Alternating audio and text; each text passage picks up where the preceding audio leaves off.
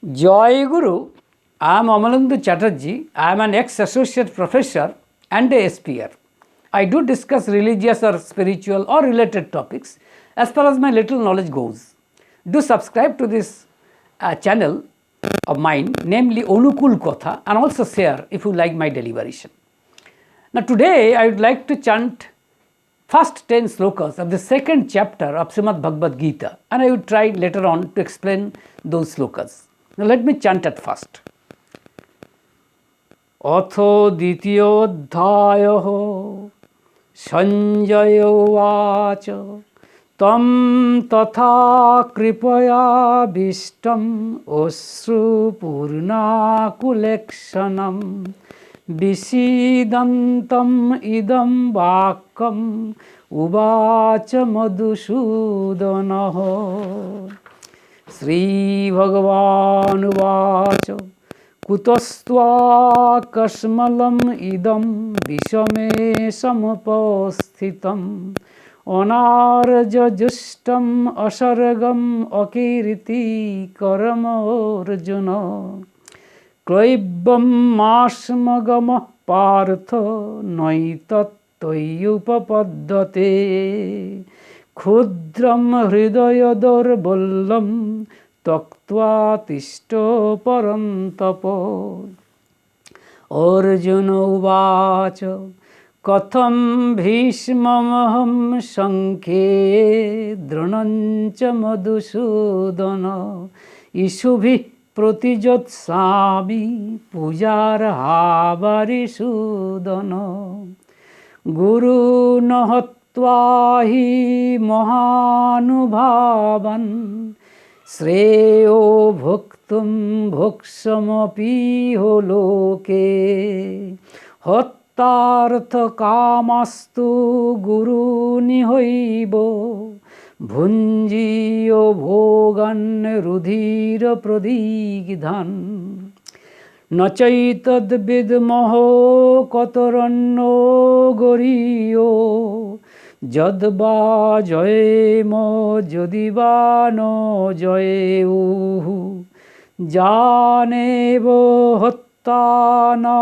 jijibishamo Steho basthita Pramukhe dhatra rastraho Karpanna dosho pahoto sabhava Prichhami tvang dharma sammurho chetaho Jatshreyo sannischitam bruhitan me Shishyeste aham sadhimam tvang prapannam Nahi prapasyami mamapanuddad Jachokam uchchoshanam indriyanam Abappo bhuma vasapatnam riddham Rajyam suranam opi chadhipattam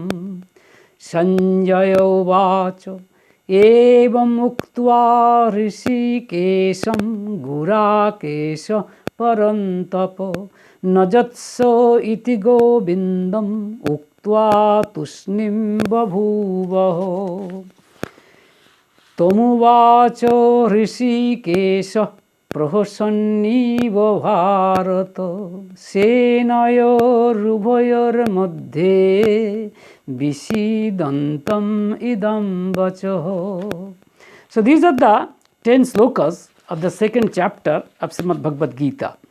You see, as I have already stated that I will say the translation of Swami Gambhirananda. So therefore, let me tell the translation of the first sloka of the Srimad Bhagavad Gita, of second chapter of Srimad Bhagavad Gita. Sanjaya vacha Tam tatha kripaya bhishtam osru purna kulekshanam Visidantam idam vakam uvacha madhusudanaho. The meaning is that there is Sanjaya said, to whom who had been thus filled with pity, whose eyes were filled with tears and showed distress, and who was sorrowing, Madhusudana uttered these words. We have seen in the first chapter that Arjuna was in very distressing condition. Arjuna was actually is in depressing condition. Arjuna was totally depressed. Actually, weakness gripped him totally. And seeing this condition, you can say, seeing this pitiful plight of Arjuna, Lord Krishna, the other name of Lord Krishna is Madhusudan. Madhusudan is uttering these words. That is the second sloka. You see, Sri Bhagavan Uvacha Kutostua Kasmalam Idam Vishwamesham Apossthitam Anarjajustam Asargam Akiriti Karamorjuna Kloibam Masmagam Partho Noitattoyupapaddhate Khudram Hridaya Durballam Taktva Tishta Parantapo. Actually, both second and third sloka, it should be chanted simultaneously, because only then we can understand the meaning. O Arjuna, the translation of the second sloka, that is, O Arjuna, in this perilous place, whence has come to you this impurity entertained by unenlightened persons, which does not lead to heaven and which brings infamy? And the translation of the third sloka, that is, O Partho, yield not to unmanliness. This does not befit you. O scorcher of foes, arise, giving up the petty weakness of the heart. That is, here you see, as I have already stated, that each and every term that is used in Bhagavad Gita, since this Gita, you see, is told by none other than Lord Himself, that's the reason why each and every term has its own specific connotations. For example, here he is telling Arjun. Arjun means that, you see, the literal meaning of Arjun is bright, is clear. But then there is Krishna, by telling him Arjun, it is because of the fact that he is actually implying that such a sentiment, you see, does not befit a person of his stature. A person of his stature. Actually, Arjun, or Lord Krishna, is trying to stimulate. It is trying to actually stimulate Arjun, because Arjun is now at the present moment he is in very depressed condition. He is now weak person. He is now, his actions, I should say, his action does not suit his stature. A person of his stature. That's why Arjun is actually, Lord Krishna is trying to remind him that you are not that fellow, you are not that cowardice person, you are a bold and brave person, you should not behave like this. And that's why he is actually using this term, you see, unenlightened. Why? Because he is telling that you are not, after all, ignorant people. Only ignorant people can behave like this. Only ignorant people. But you are an enlightened person. But the action, or you see, the dealings, that the behavior that you are showing now is definitely an indication of unenlightened person. And this does not befit actually a person of your stature. And not only that, he is telling this does not lead to heaven. See, this behavior or this attitude does not lead to heaven. In other words, this is rather impediment to heaven. And in the third sloka, he is telling like that, O Partho, yield not to unmanliness. Kloibam means unmanliness. You see, this does not befit you. O scorcher of foes. You see, here Lord Krishna is saluting Arjuna as Parantap. Why? Parantap is because of the fact that the meaning of the Parantap, there is scorcher of foes. That is, you being the scorcher of foes, you are actually behaving like a timid person, like a weak person. This does not really befit you. That's why he is telling, he is actually using this term to you can say, to encourage him, to give him the spirit, to give him the vigor. That is, he is telling that give up this petty weakness of the heart. Give up. Arise. He is telling that arise and give up this petty weakness of the heart. In this connection, I must say that I can recall, you see, a message of Sri Thakur Anukul Chandra in this respect. Lord Sri Thakur Anukul Chandra has written only one small book by his own hands, though he had very many books, but those books were written, you see, by hearing his preachings, hearing his mottos, but those are not, you see, written by his own hands, but only one book that has been written by his own hands, that is a very small book named Sattanusaran. And in the first place he has written like this, that, see, we must wage war on weakness, we must be brave and bold, we must see, wage war on weakness. We must be bold and brave, because, in other words, for weakness is sin incarnate. He has written like this, that for weakness is sin incarnate. And he is telling that drive this depressing, blood-sucking vampire. That is, he has compared weakness as depressing, blood-sucking vampire. What a nice comparison, I must say, that Lord Sri Sri Thakur Anukul Chandra has used. And he has also stated that unless and until you remove this weakness, you see, you can't go to the heaven. In other words, you can't get rather it is an impediment to heaven. In other words, he is also saying that be daring, be sincere at first, only then it would be clear that you have the right to enter into the kingdom of heaven. You see, the same thing, you can say the same thing is also told by Lord Krishna. As a matter of fact, there is no difference between the sayings of the Supreme Persons. They actually say the same thing. The essence of their sayings is essentially same, absolutely same. We people, we sometimes differentiate them, but as a matter of fact, there is no difference at all. All of them say the same thing. Yeah. So the main thing is simply that the Lord Krishna is telling Arjuna that you must give up this petty weakness of the heart. You must arise. See, you must rise to the occasion.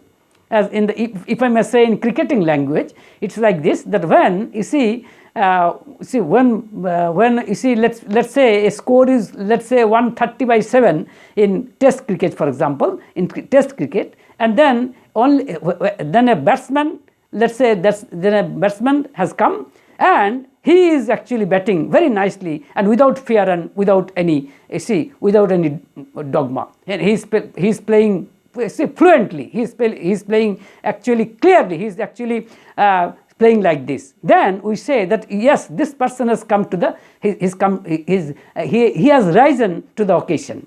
We say like this. Same is the case here. Lord Krishna is telling Arjuna in the same way that you must give up this petty weakness of heart. And then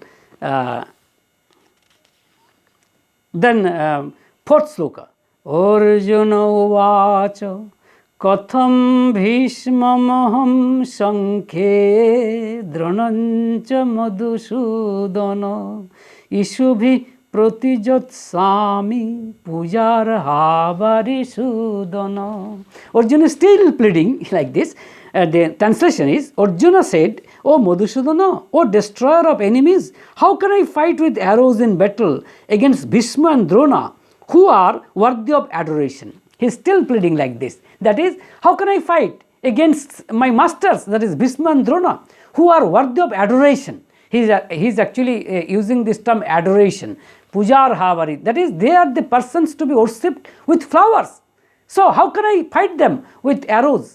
This is not a righteous job. This is not a righteous act, you see, on the part of me. Arjuna is pleading like this. In other words, Arjuna is saying that it would be unrighteous act, it would be unrighteous duty on the part of me to fight against my masters, who actually deserve to be worshipped with flowers. That's the reason why this term adoration is used here. You see, but we will see later on. And not only that, he is still actually continuing his arguments like this in the fifth sloka. Guru nahatva hi mahanubhavan shreyo bhaktum bhakshamapi holoke hattartho kamastu guru nihoivo bhunjiyo bhogan rudhira pradigdhan. The fifth sloka, the translation, rather than killing the noble-minded elders, it is better in this world to live even on alms.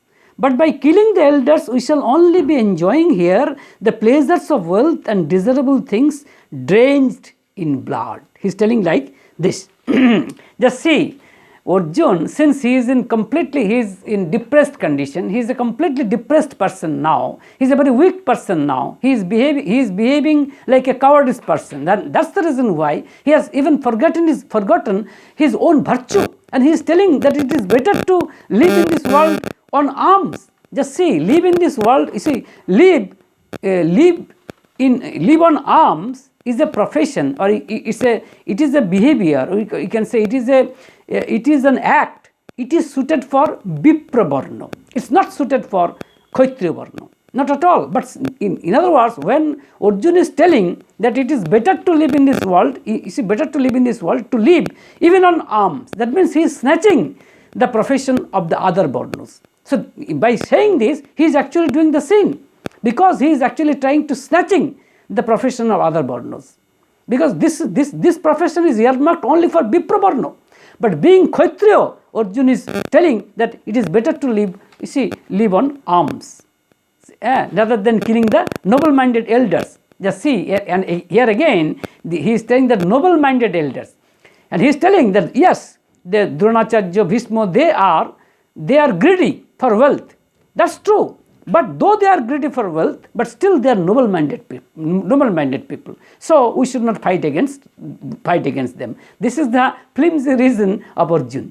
As a matter of fact, in this connection, I must say that Bhishma, Drona, for whom we say much, we adore them, but they do not deserve adoration because of the fact they have taken the side of the sinner. That is, they have taken the side of the sons of Dhritarashtra. As a matter of fact, Bhishma once admitted to King Yudhishthir like this, that a man is a slave to wealth, but wealth is nobody's slave. O king, this is the truth.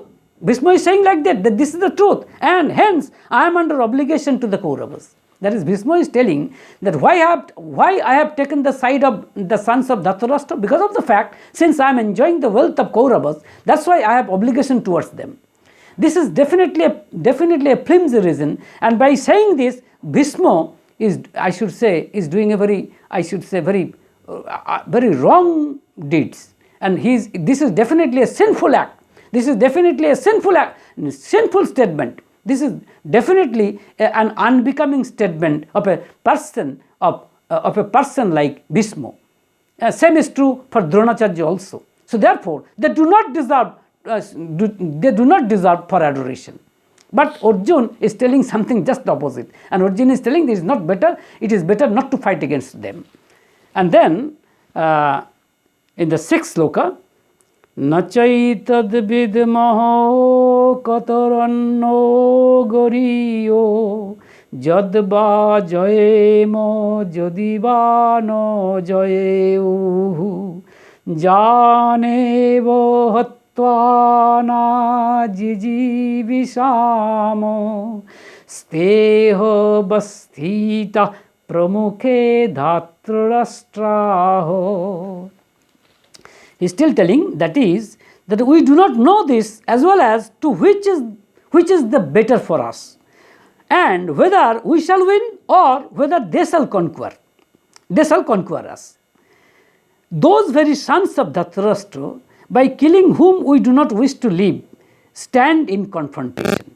This is the statement. Let me tell it again. We do not know this, as well as to which is the better for us, and whether we shall win or whether they shall conquer us. Those very sons of Dhritarashtra, by killing whom we do not wish to live, stand in confrontation. This is for the first time that we see that you can say that Arjuna is in a very confused state of mind. That's because of the fact that he is telling that I am not sure which is better for me. And he is now soliciting the advice of Lord Krishna. In the next sloka, he is telling like this, Karpanna dosho pahoto sabhava prichhami tvam dharma sammurho chetaho Jat Shreya Sannischitam Bruhi Tanme Shishyasteyaham Sadhimam Tvam Prapannam. Now he is clearly saying that I am your disciple. You see the translation of Swami Gambhirananda. That is, with my nature overpowered by weak commiseration, with a mind bewildered about duty, I supplicate you, tell me for certain that which is better. I am your disciple. Instruct me, who have taken refuge in you.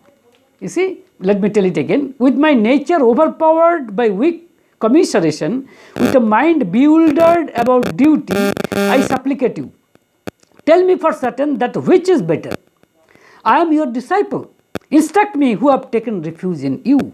That is, for the first time he is telling like this. That is, you see, I am your disciple. That is, for the first time Arjuna is trying to surrendering himself before the Lord.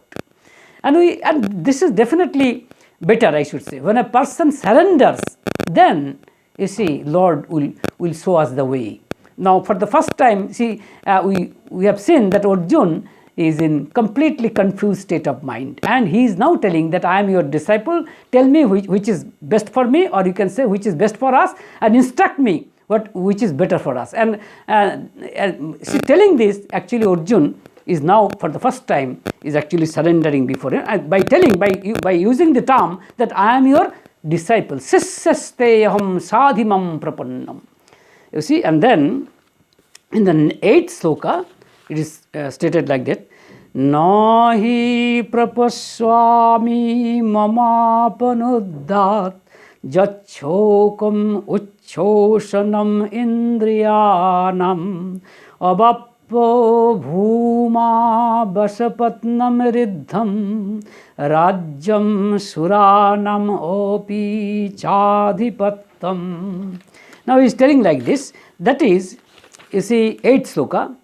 Because I do not see that which can, even after acquiring on this world, on this earth, a prosperous kingdom free from enemies and even sovereignty over the gods, remove my sorrow which is blasting the senses. He is telling like this, that even if I get the kingdom, because kingdom, that means the duty of a king, such as protection of the subjects, rulership, etc. That is, he is telling that even if I get the kingdom, whether it would be good or not. As a matter of fact, this should be, I am not sure. So, whatever now Arjuna is telling is full of confusion. He is now telling that I do not understand. He is telling that because I do not see that which can, even after acquiring on this earth, a prosperous kingdom, free from enemies. He is telling that even if we get a kingdom which is free from enemies, which is free from, and even if we get complete sovereignty over the gods, even then remove my sorrow blasting in the senses. Still he is telling like this. And now Sanjaya vacha evang uktva hrishikesham gurakesha parantapo najatso iti govindam uktva tusnim babhuva. Now Sanjay is telling to Dhritarashtra, actually he is telling that having spoken thus to Hrishikesh, as you all know that the other name of Sri Krishna is Hrishikesh, that is, having spoken thus to Hrishikesh, Gurakesh, the other name of Arjuna is Gurakesh, this afflictor of foes, verily became silent, telling Govinda, I shall not fight. So now Sanjay is telling to Dhritarashtra that having spoken thus to Hrishikesh, that is to Sri Krishna, Gurakesh, that is now the other name of Arjuna is Gurakesh, the afflictor of foes, verily became silent, telling Govinda, I shall not fight this battle. He is telling like this. That is, he thinks that it is better not to fight. But still, it is a clear indication that he is in a very confused state of mind. This is for the first time that you see Arjuna is a very confused state of mind, and he has surrendered himself before the Lord. That is what is best to be done for on the part of him. Now Lord will tell that now Lord will advise Arjuna, and these advices are the, you can say, at the, or you can say these advices are incorporated within the path of, you see, knowledge. That is Gyan Yoga, Sankho Yoga. This the other name of second chapter is Sankho Yoga, means that path of knowledge, or you can say path of path of knowledge, or you can say path of Jnana Yoga. This is for the, and we will be enriched by the advice of the Lord. So this is for today. Live in love. Jai Guru.